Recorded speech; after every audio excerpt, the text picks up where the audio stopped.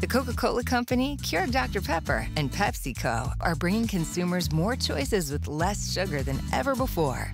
From sparkling, flavored, and bottled waters to zero-sugar sports drinks, teas, and sodas, consumers are taking advantage of these choices. In fact, nearly 60% of beverages sold contain zero sugar. To learn more, visit balanceus.org.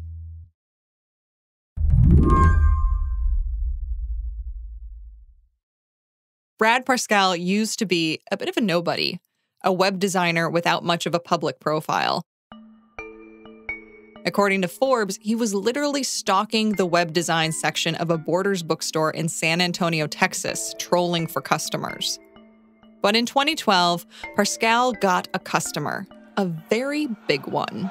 We need somebody that literally will take this country and make it great again. Brad Parscale is the digital campaign operative who helped engineer Donald Trump's 2016 presidential victory. Garance Burke is a global investigative journalist for the Associated Press. He teamed up with Cambridge Analytica, if listeners remember, and helped propel Trump to the White House 8 years ago. Now, Parscale is back. And Garance says this election, he's bringing AI with him. I've actually built software and I've built artificial intelligence and machine learning now to build our own platforms. Well, what he says his company can do is to help generate customized emails, parse through oceans of data to figure out how voters are feeling and find persuadable voters, and also amplify the social media posts of influencers who have perspectives that, are in line with his candidates, which typically are among the most conservative around the world. That's what we've been doing. And over the next few years, and especially 24, you're going to see some of the most revolutionary technology come out of our side. And that's the only way we're going to win, is do it ourselves.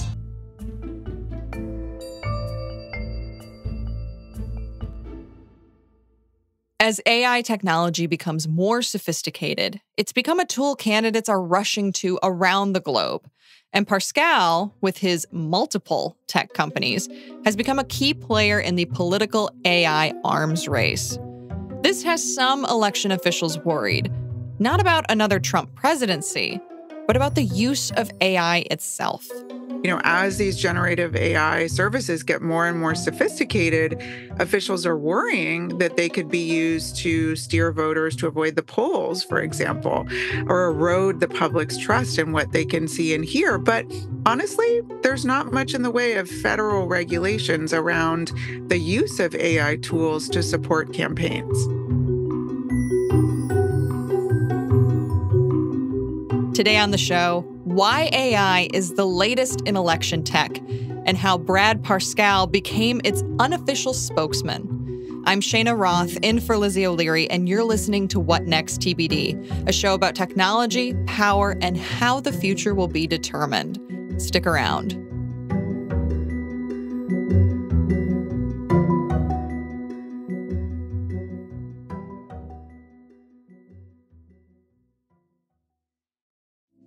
This episode is brought to you by Progressive Insurance.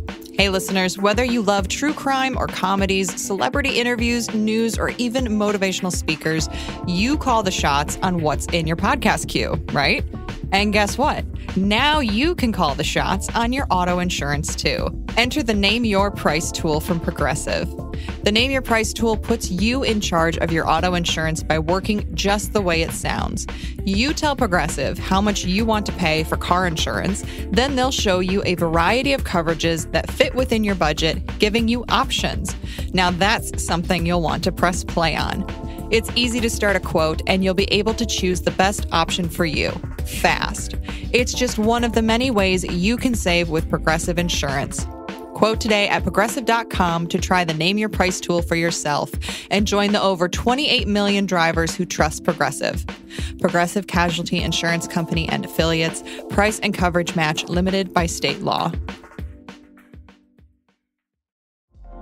Apple Card is the perfect cashback rewards credit card.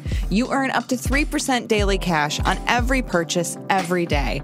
That's 3% on your favorite products at Apple, 2% on all other Apple Card with Apple Pay purchases, and 1% on anything you buy with your titanium Apple Card or virtual card number. Visit apple.co/card calculator to see how much you can earn. Apple Card issued by Goldman Sachs Bank, USA, Salt Lake City branch. Subject to credit approval. Terms apply. Let's go back to 2012. Facebook goes public. Barack Obama, arguably the first to really use social media to propel his campaign, is president. And Brad Parscale has built a web page for the Trump family. The Trump family liked his work. According to Forbes, he worked on sites for Trump International Realty, the Eric Trump Foundation, even Melania Trump's skincare line. Then, Trump decided to run for president. So, ladies and gentlemen, I am officially running for president of the United States, and we are going to make our country great again. And when it came time to recruit for the Trump campaign, Parscale was ready to serve. Parscale was actually one of the first hires, and he was the person who really spearheaded this ambitious, unorthodox digital initiative that was called Project Alamo, that basically used this extensive database of social media accounts to target voters with Facebook ads.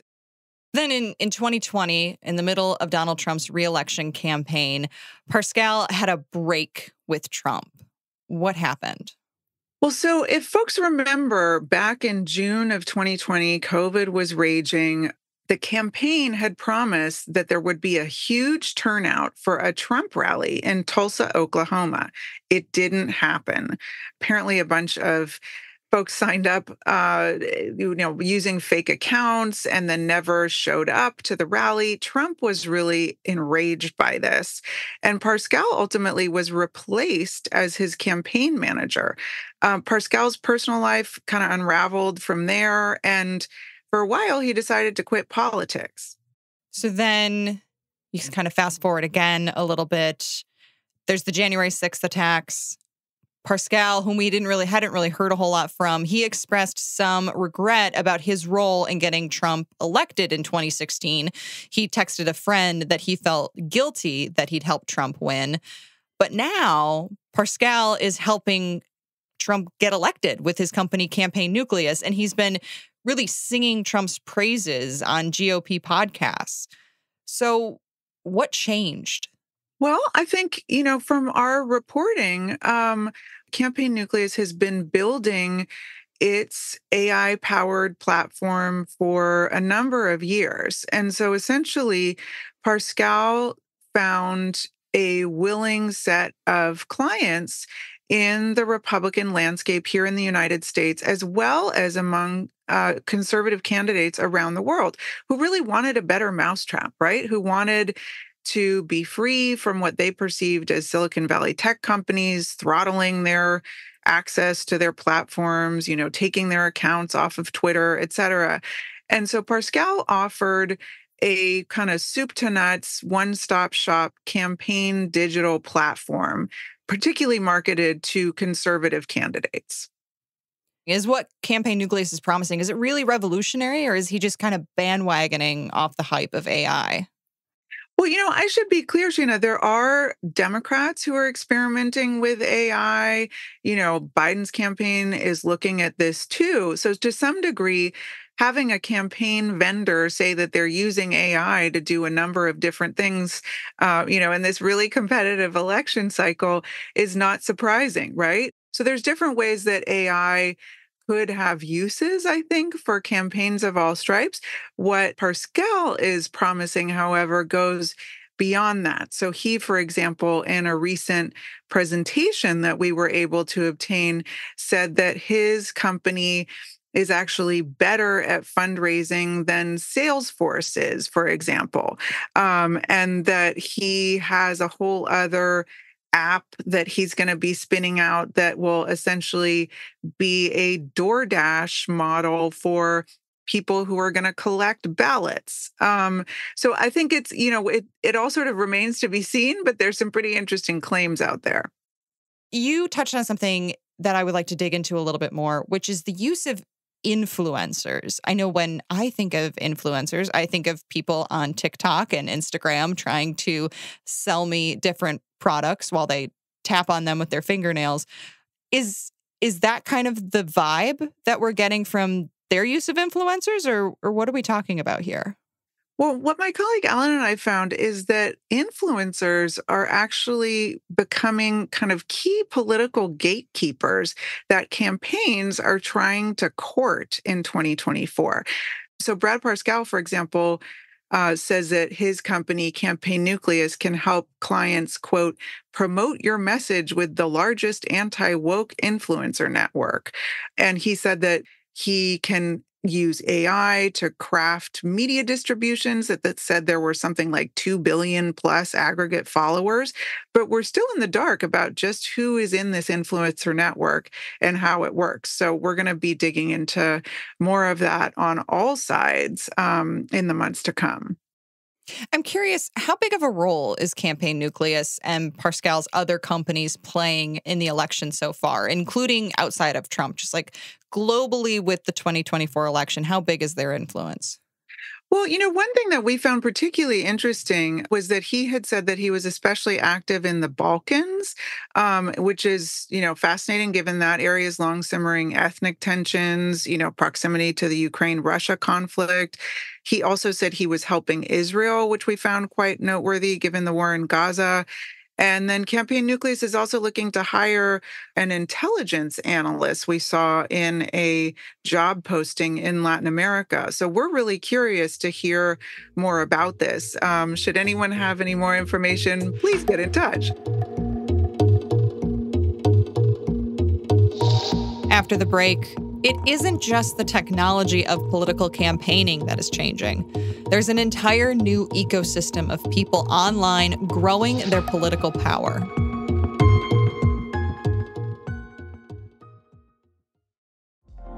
Apple Card is the perfect cashback rewards credit card. You earn up to 3% daily cash on every purchase every day. That's 3% on your favorite products at Apple, 2% on all other Apple Card with Apple Pay purchases, and 1% on anything you buy with your titanium Apple Card or virtual card number. Visit apple.co/card calculator to see how much you can earn. Apple Card issued by Goldman Sachs Bank, USA, Salt Lake City branch. Subject to credit approval. Terms apply. Hi, this is Dahlia Lithwick, host of Slate's legal podcast, Amicus. If you're listening to this show, you might be interested in Amicus's live show that we're hosting in Washington, D.C. on Tuesday, May the 14th. My colleague, Mark Joseph Stern, and I will be talking to some amazing guests, including Sherrilyn Ifill and a sitting state Supreme Court justice, all about how originalism, a relatively recently invented way of interpreting the Constitution, has taken over the Supreme Court and radically reshaped the law. It's been doctrinal rocket fuel for the conservative legal movement and facilitated the rolling back of abortion rights, the expansion of gun rights, and the obliteration of the separation of church and state. And as another wildly consequential Supreme Court term careers to its end, the court's originalists are on a tear. But there's something you can do about it, and we hope you'll join us in D.C. on May 14th to explore the possible pathways out of the current situation. Go to slate.com/Amicus Live for tickets. Coming soon from Slate Podcasts. So, first it was Dade County. Voters in the Miami area repealed civil rights for gay people by a 2-to-1 margin. In the late 1970s, cities around the country began rolling back anti-discrimination laws that protected gay people. And then it was Wichita, St. Paul, Eugene. Successful campaigns against the gay community, which shocked us all. A state senator from California watched the laws fall and saw an opportunity. Homosexuality is a most repulsive lifestyle. His name was John Briggs, and he wanted to deliver the anti-gay movement its biggest prize yet, California realized that they were coming for us. I'm Christina Cauterucci. This season on Slow Burn, we'll explore how a nationwide backlash against gays and lesbians led to a massive showdown in California. Now it's something called Proposition 6, the Briggs Initiative. It would call for firing any teachers in California who practice homosexuality. Your life as you knew it would be destroyed. We've got to fight back. We can't let this happen in California.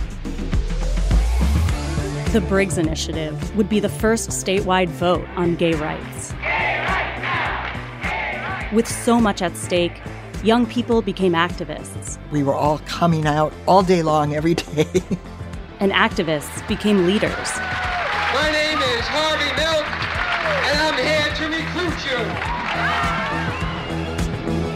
you. Slow Burn, Season 9, Gays Against Briggs. Out May 22nd, wherever you listen. If we lose here, it'll be 50 years before we ever get back up again. Like the drag queens say, take out the earrings, sharpen the nails. There ain't no going back. So if Parscale had his way, what would the future of elections look like for Republicans? He's clearly on their side.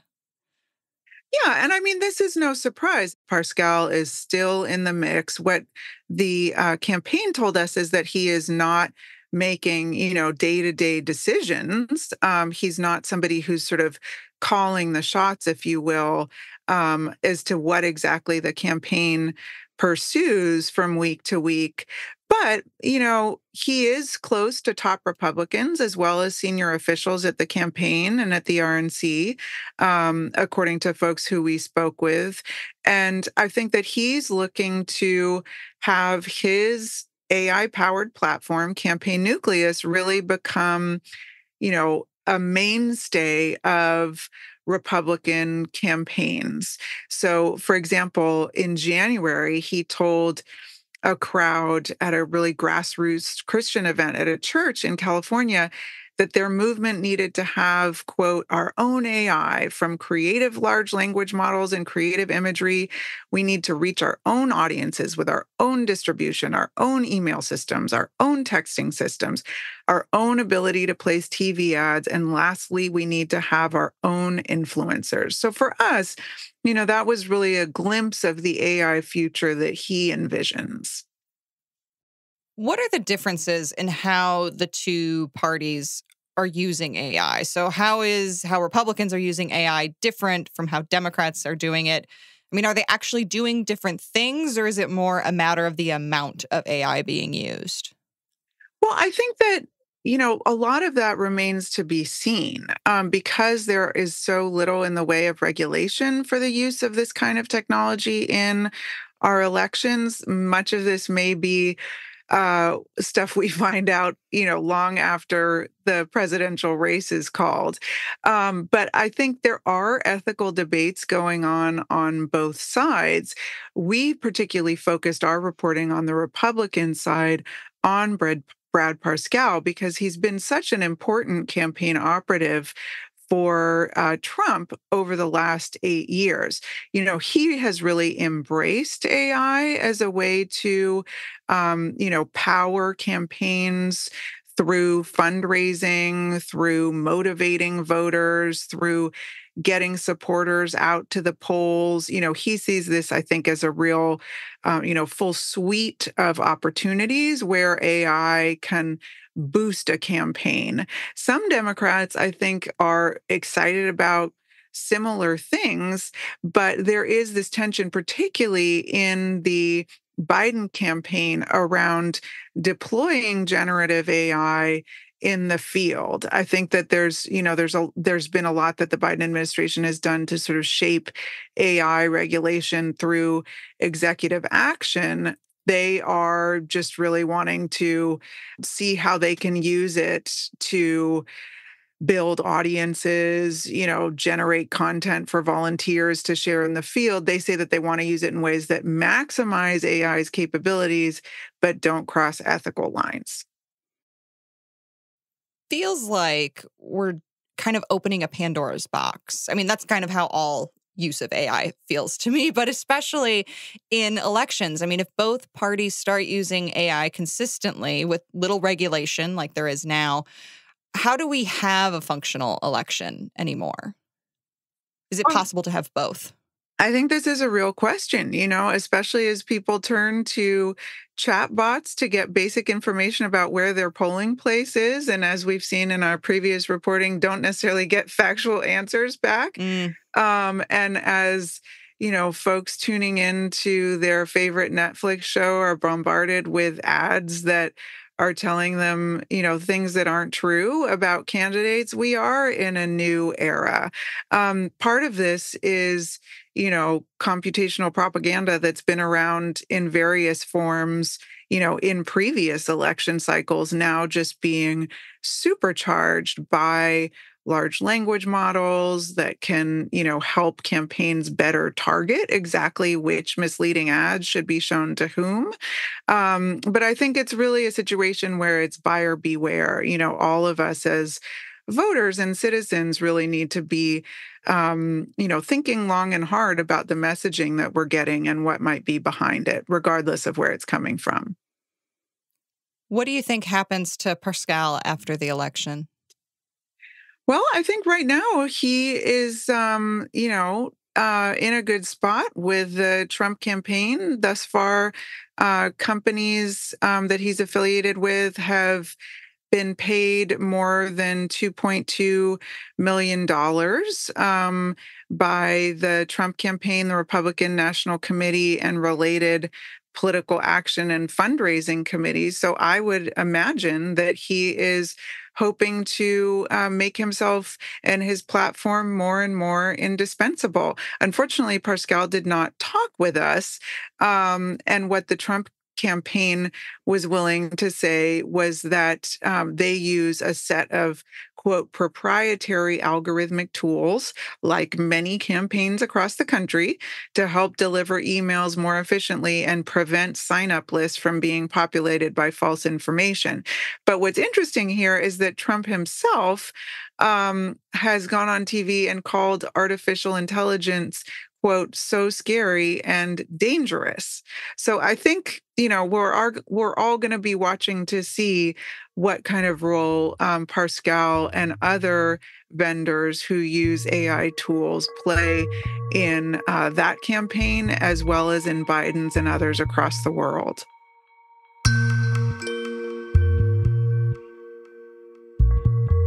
Garance Burke, global investigative journalist for the Associated Press. Thanks for coming on the show.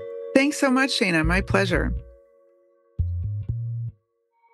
Garance Burke is a global investigative journalist for the Associated Press. And that's it for our show today. What Next TBD is produced by Evan Campbell, Anna Phillips, and Patrick Fort. Our show is edited by Paige Osborne. Alicia Montgomery is vice president of audio for Slate. TBD is part of the larger What Next family. If you're a fan of the show, I have a request for you. Become a Slate Plus member. Just head on over to slate.com/whatnextplus to sign up. We'll be back Sunday with another episode. I'm Cheyna Roth. Thanks for listening.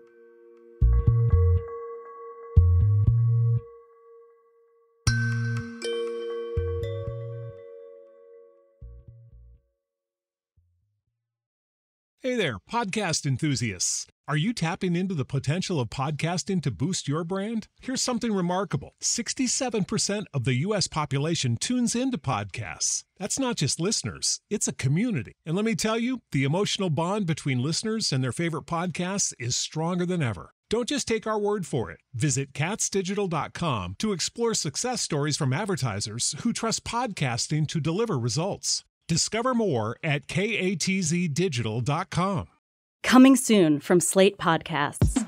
So, first it was Dade County. Voters in the Miami area repealed civil rights for gay people by a 2-to-1 margin. In the late 1970s, cities around the country began rolling back anti-discrimination laws that protected gay people. And then it was Wichita, St. Paul, Eugene. Successful campaigns against the gay community, which shocked us all.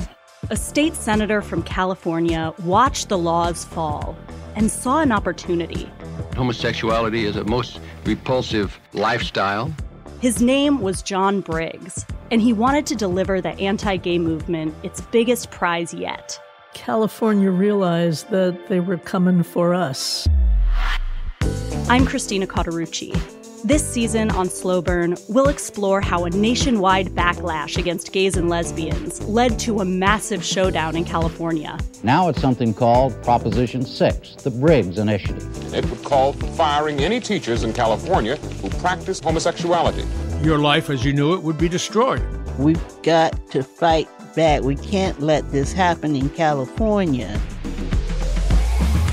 The Briggs Initiative would be the first statewide vote on gay rights. Gay rights now! Gay rights! With so much at stake, young people became activists. We were all coming out all day long, every day. And activists became leaders. My name is Harvey Milk, and I'm here to recruit you. Slow Burn, Season 9, Gays Against Briggs.